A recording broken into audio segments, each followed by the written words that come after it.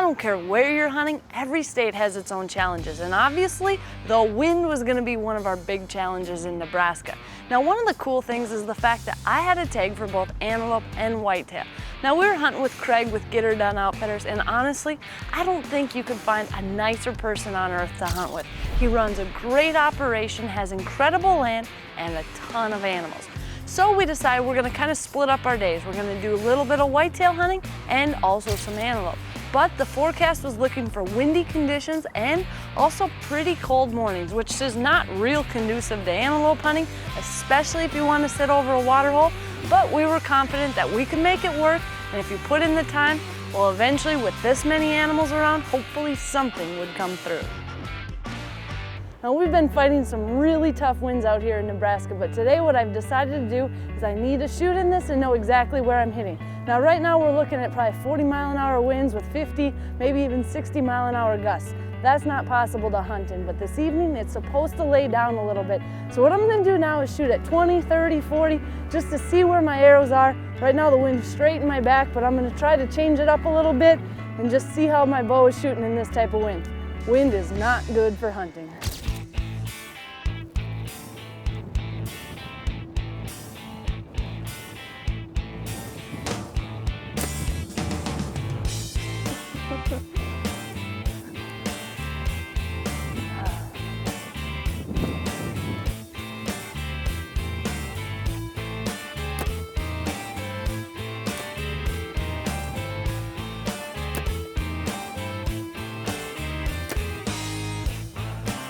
This is definitely some tough shooting. My bow is literally, my pin will be on the target, off the target. There's no way I would ever want to shoot at an animal more than 30 yards in this wind. I mean, right now they're still inside the vital zone, but no way any further than that. So I think what we're going to do is pack up, head out to the blind, and hopefully these deer start moving with this wind, lays down, we might be in luck. Craig and I decided to make a new plan for hunting these extremely windy conditions. He knew of an area that had a little bit more protection from the wind for both us and the deer off a big alfalfa field. We were confident that this, well, it was probably going to be our best chance. Well, it's still pretty windy out, but we got our ground blind up, and what we're going to do is just sit tight. The wind should go down a little bit, but we've got a couple trails. We've got one trail coming in right here and one the other side. Now, we're sitting on a creek line, and the good thing about this is these deer probably aren't going to want to walk out in the wide open when it's this windy. They're going to try to go the protected route. If they take this down, we'll be right here where they come out onto the fields and should have some great luck. Things are totally different with the wind, so we're changing up our hunting style a little bit, and I hope it pays off.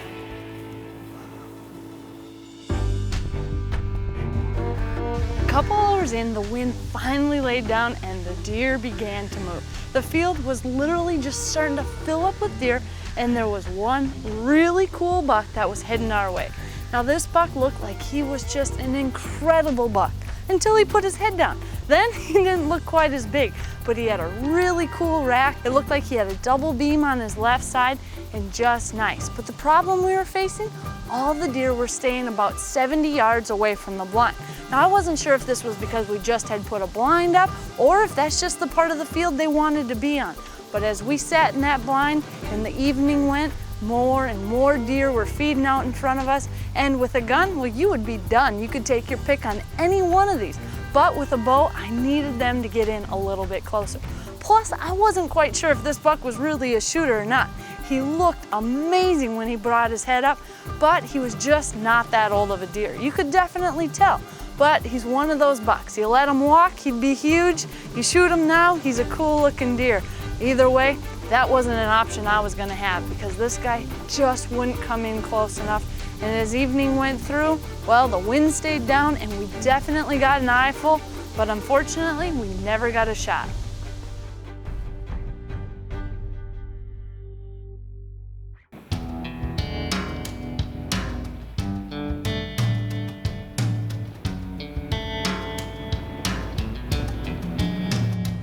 I'm out hunting in Nebraska right now. It's an early season whitetail hunt and these bucks are coming to the alfalfa. The problem this evening, well, we have got huge wind gusts. I'm in a pretty big tree right now and my tree is drifting back and forth. I'm not positive I would even be able to make a 20-yard shot right now with these kind of gusts. The thing is, we're gonna sit tight, and I'm hoping this wind dies down this afternoon, because if it doesn't, unfortunately, we might be watching a big buck at 20 yards, and there is no way to take a shot. This kind of wind, my arrow will drift right off that deer. My plan was to stick it out in the tree, but it got so windy that I knew there was no way I could take a shot, and we weren't seeing a lot of deer in close. So I decided it's time to get down, and we actually moved to the blind we had sat the night before. It was only a couple hundred yards away, so once we got in, we still had plenty of time left.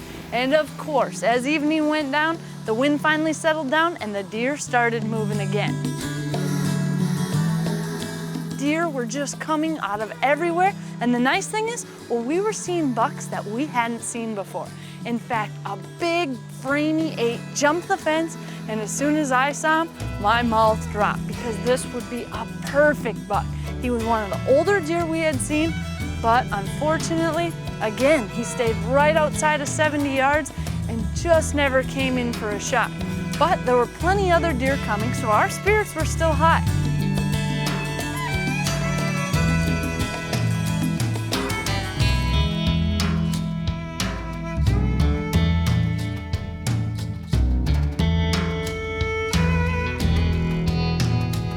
The good thing is, some of the smaller bucks were right up close to the blind, and they were acting as perfect decoys.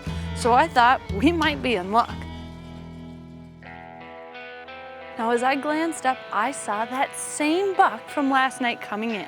This time he came in close enough that I was able to get a good look at him with my binoculars, and I determined he was a really young deer. Again, a really cool buck, but a buck that really should live on. So I decided to focus my attention back on the 2 mature bucks that I saw in the herd.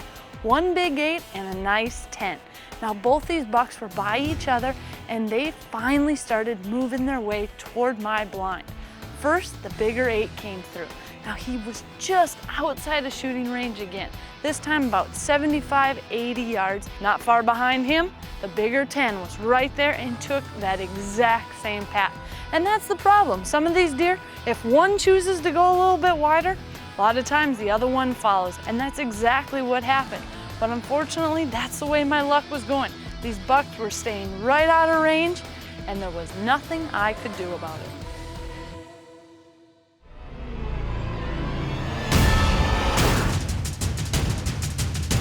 Tip of the Week is brought to you by Can-Am ATVs and side-by-side vehicles. After over 3 years in the making, Winchester released the new 17 Win Super Mag, which is a high-velocity 17 caliber rimfire cartridge that shoots 3,000 feet per second, making it the fastest rimfire ever made. This is perfect for coyote and varmint hunters who are looking for an extremely accurate, low recoil, flat shooting round that has less wind drift than any other rimfire. Plus, it's extremely affordable. This caliber blows away traditional rimfire ballistics, including the 17 HMR and the 22 Win Mag. It shoots 2 times flatter and drifts only half as far in the wind. Plus, it delivers more than 150% more energy.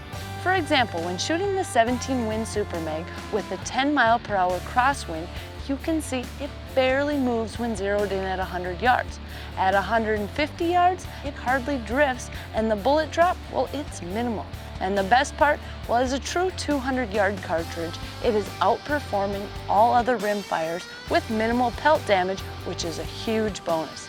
This cartridge retains its velocity and performs really more like a centerfire round than a rimfire, but at a more affordable price point of rimfire ammunition.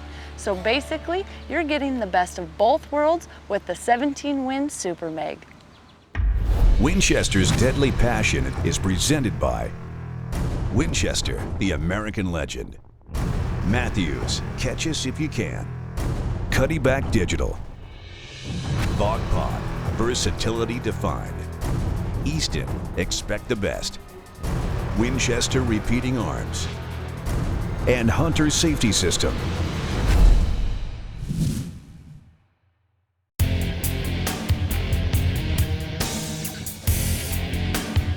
The whitetail hunting, well, it was absolutely exciting. But we had decided that we were gonna go for antelope in the mornings. So the next morning, well, we were after it for antelope, and there were a ton of antelope out in the field. You could see so many, and we were sitting at the one watering hole. Well, as we were sitting in there were bucks coming in, does coming in, and it was really pretty cool to watch. I don't care what you're hunting, when you can have a lot of animals in close, it makes it exciting. And for the fact, I'd never shot an antelope before, so I wasn't gonna be real choosy on this, but I wanted to get a nice buck at that.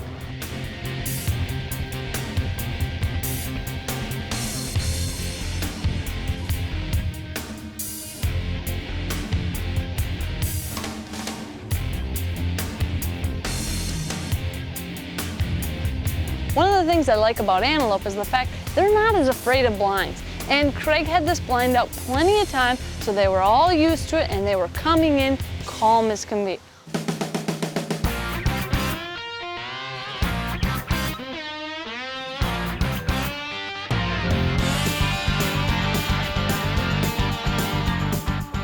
Now, these weren't all giant bucks, but it's pretty exciting to have antelope in close, and when you've never shot one before, well, they all look good. So I was trying to wait and try to get a mature buck. One buck after another came in, and then I spotted a really nice, tall, tight rack buck, just really cool looking, and I decided I'm gonna make a shot.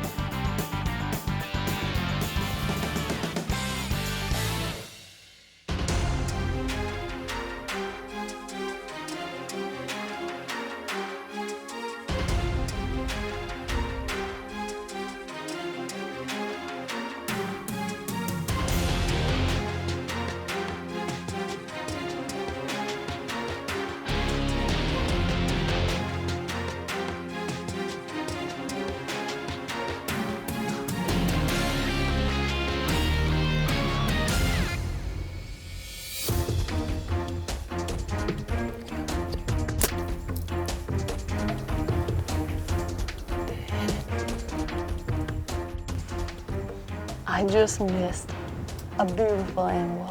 Really nice buck came in, was kind of cautious, not sure if he wanted a drink. Finally got the shot I was looking for, and I completely blew it. Not real excited about that, but you know what? For some reason, antelope, they can be tough to hit. I have no idea why. Nice and close, should have been a chip shot, but unfortunately, wasn't for me today.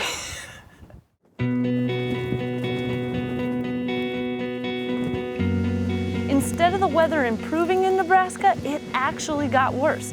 And now, not only was the wind blowing out of control, but it was downright freezing. Everything was spooked by the wind, and shots were becoming nearly impossible. Not only is this wind making it really difficult for me to hunt, but a lot of these animals, well, they're not interested in moving around in it. They can't hear, they can't smell, they can barely see with all the dust blowing. And that includes me too, but I'm just hoping the wind's gonna lay down, but the forecast does not look like that. As long as this ground blind doesn't come rolling over on me, I should be okay. After a few hours, we decided to call the hunt as the wind was only getting worse. So Craig and I took down the blind and did our best not to blow away. Now, I had a tag for Montana antelope as well, and even though I had a great opportunity in Nebraska, well, I didn't get it done, and Montana was only a couple hours away, so I decided to pack up and head to Montana in hopes of getting my first antelope. Winchester's Deadly Passion is presented by Swarovski Optic, North American Hunting Club, Rage Broadheads, Golden Triangle Whitetail, Can-Am ATVs and side-by-side vehicles, Scent Killer Gold with Hunt Dry technology. Apply it, dry it, and go hunt. And M&P, Advanced by Design. Closed captioning is brought to you by the 4-in-1 Woodsman from Zippo Outdoor.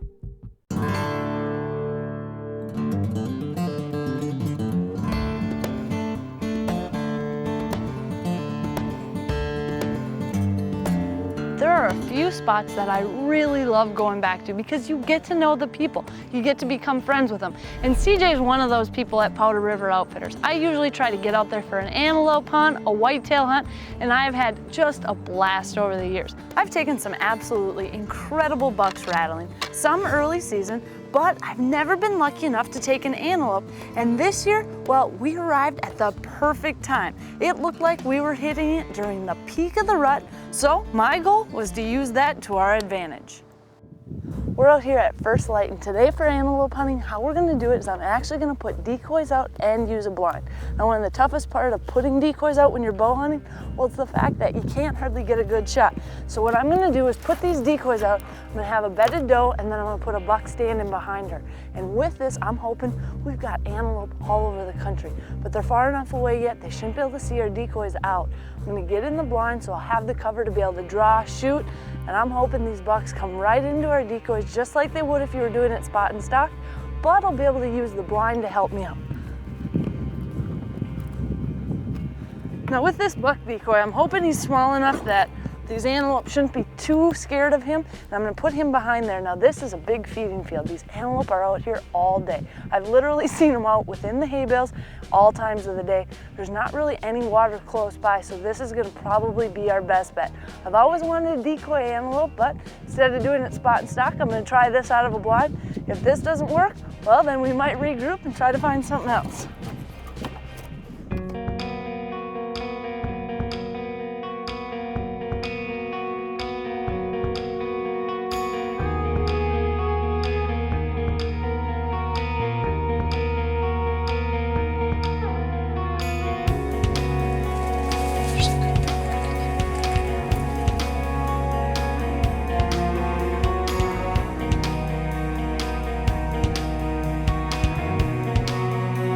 And finally, well, that buck came in and eyed up my decoy. He was just cool looking, but he was a little bit smaller buck. CJ had said there's some really nice ones. Don't shoot something that's young or too small.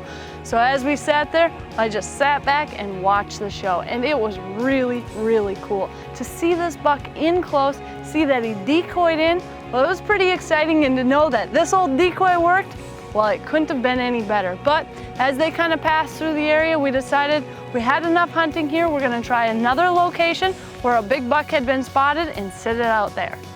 Midday is usually the best time for these antelope. It gets hot, it starts out cold in the morning, but it definitely warms up, and a lot of these antelope are coming to drink.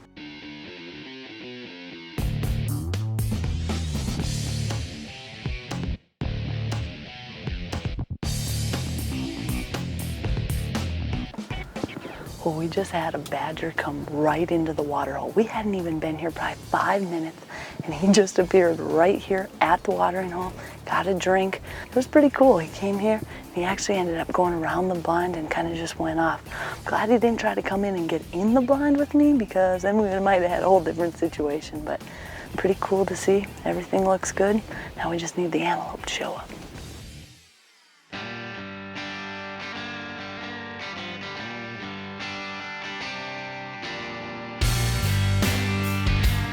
Well, as we're sitting there, we got a glimpse of a nice buck coming. Now, he wasn't just walking in, he was actually trotting in. Then I looked over, another antelope was coming.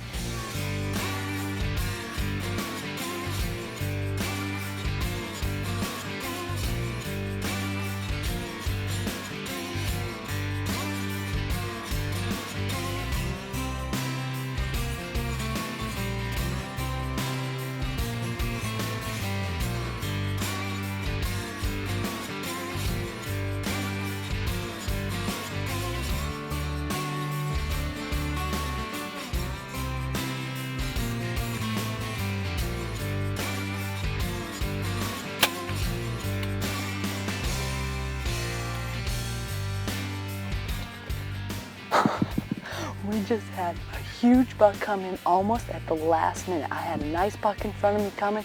I would have no problem taking him. We looked over and there was a big buck coming from the right, and he was charging in.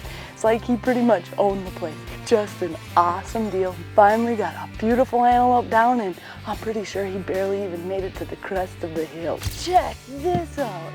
My first ever antelope. Just a beautiful buck. All I could see when he came in is this heavy mass. He's got great cutters and just a cool color to his horns. I don't think I've ever seen anything this kind of gray looking. He just looks super old to me. We're out here with Powder River Outfitters. They've got a perfect watering hole with a blind sitting right there, 20-yard shot, and he didn't hardly make it to the top of the hill.